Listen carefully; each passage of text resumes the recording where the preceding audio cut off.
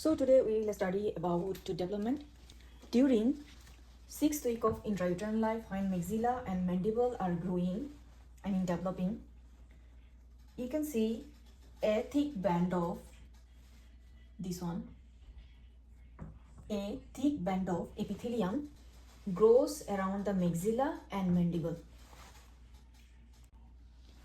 This thick band of epithelium roughly similar to horseshoe shape.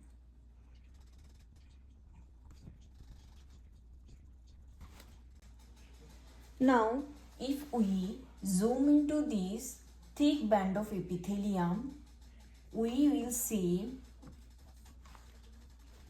primary oral epithelium resting on the underlying ectomesenchyme, and this primary oral epithelium separated from the ectomesenchyme through a basement membrane.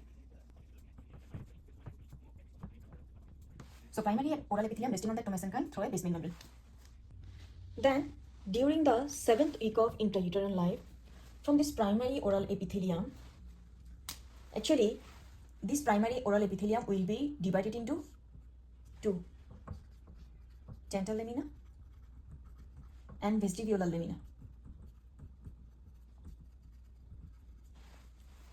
From the vestibular lamina, oral vestibule will develop, and from the dental lamina, all the deciduous teeth form.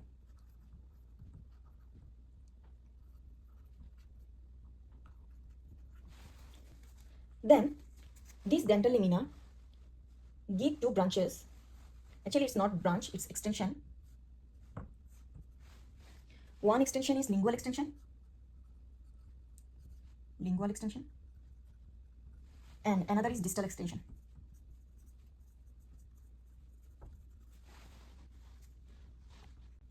From the lingual extension, we will get permanent teeth, and from the distal extension, we will get permanent molars.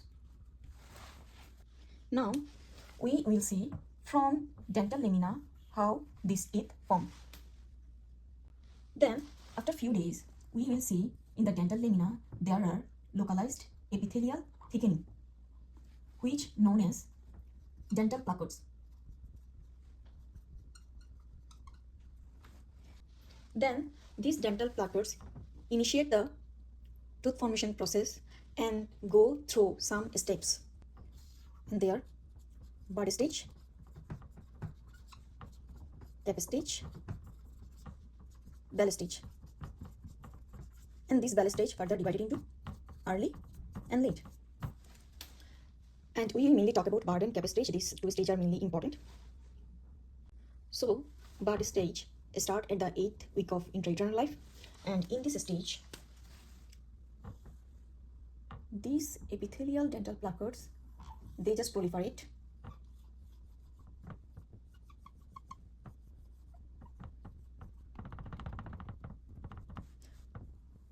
These epithelial placodes proliferate and invaginates into the ectomesenchyme. At this phase, ectomesenchyme become more dense, condensed ectomesenchyme. And here is the tooth bud, which invaginates into the ectomesenchyme. And at this stage, name will be changed. This tooth bud, known as enamel organ,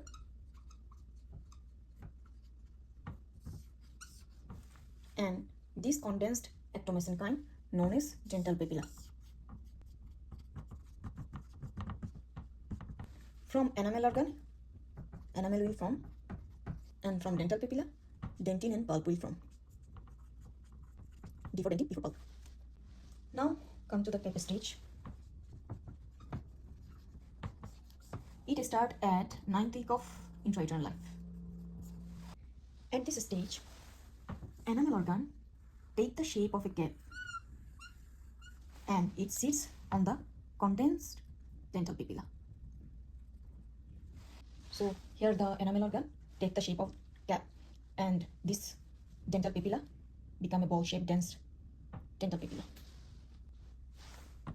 Dental lamina, enamel organ, dental papilla.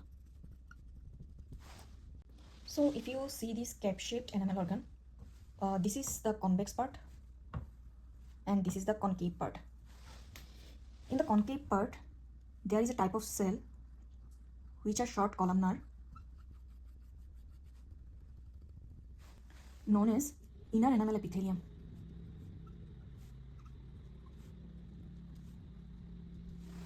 And in the convex part, the type of cell on the both side, I'm not drawing properly, known as outer enamel epithelium. Now, this outer enamel epithelium and inner enamel epithelium secretes glycosaminoglycan in their extracellular compartments. And these glycosaminoglycans are hydrophilic and they pull water into the enamel organ.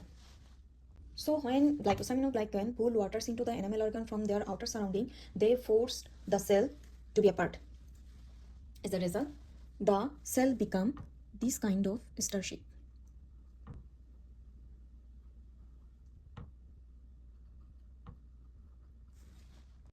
And these star-shaped cells known as stellate reticulum. And the succedaneous dental lamina of permanent tooth also form in this stage.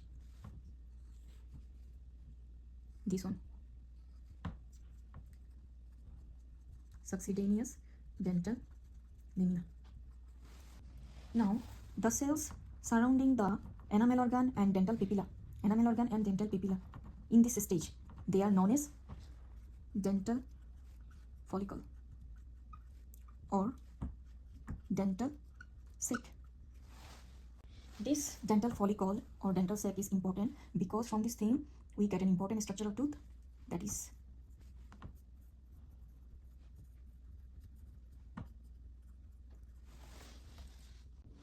now these cells connected to each other and also connected to inner enamel epithelium with desmosomal junction.